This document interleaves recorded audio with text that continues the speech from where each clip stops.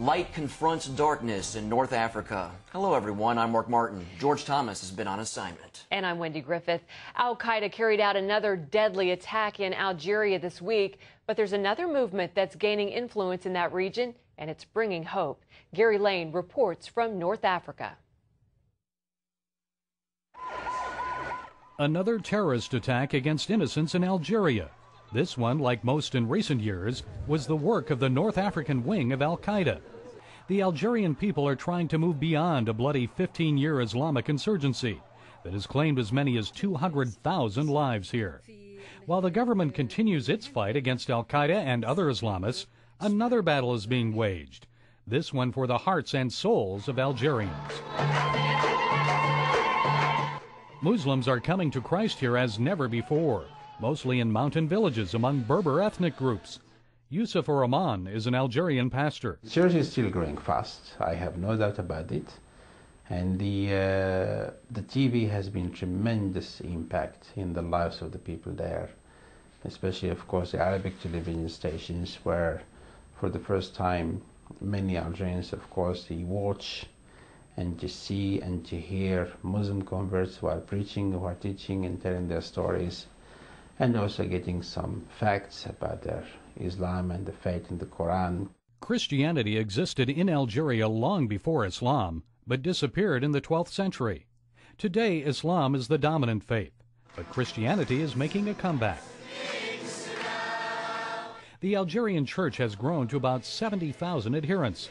70% of the Christians are under the age of 30. Hundreds stand in line for more than an hour just to attend services in this church building. Proselytizing Muslims is against the law in Algeria. Regardless, this evangelist, a former Muslim, travels on trains playing a guitar, singing Christian songs, and telling passengers about Christ. The train ride lasts about 5 to 6 hours, so he says he has a captive audience. Passengers cannot leave. Pastor Yusuf says overcoming fear of Muslims has been crucial to church growth. It has been a key. And I think the church has really a missionary-minded church now. They want to see more people coming to faith, they want to see more churches being planted, and they want to see that the Algerian church becoming an impact, not just for Algeria, but for other countries. Countries like neighboring Morocco. Here in Morocco, all through the mountains, the Berber tribes are coming to Christ in record numbers. And as they come to Christ, so too comes the persecution. Just ask Ashraf. We've hidden his identity and changed his name to protect him from harm. He left the Islamic faith for Christianity and began ministering to Muslims in remote mountain villages in Morocco. He showed many the Jesus film. Ashraf says he wanted to introduce the Berbers to a loving God who forgives them.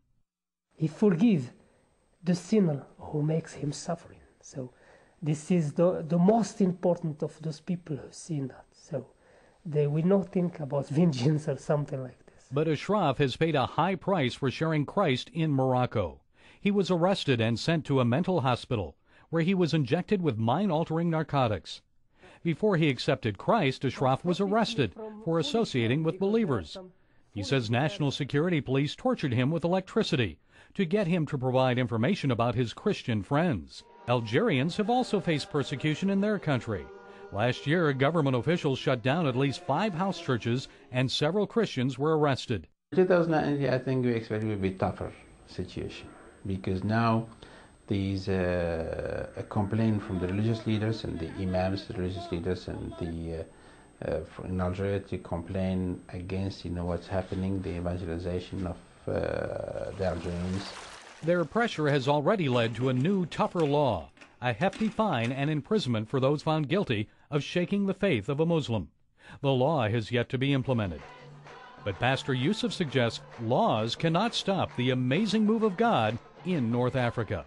There's no doubt with what is happening today, what God's rising men and women who are extremely gifted in preaching and evangelizing, church planting, worship, and other things as well. So it's an amazing signs of hope. As for Ashraf, the Moroccan evangelist, he knows the risks he faces sharing Christ in an Islamic country, yet he remains unafraid. I will always trust God, who gives me another new life. Always God with me everywhere. From Morocco's Atlas Mountains, Gary Lane, CBN News.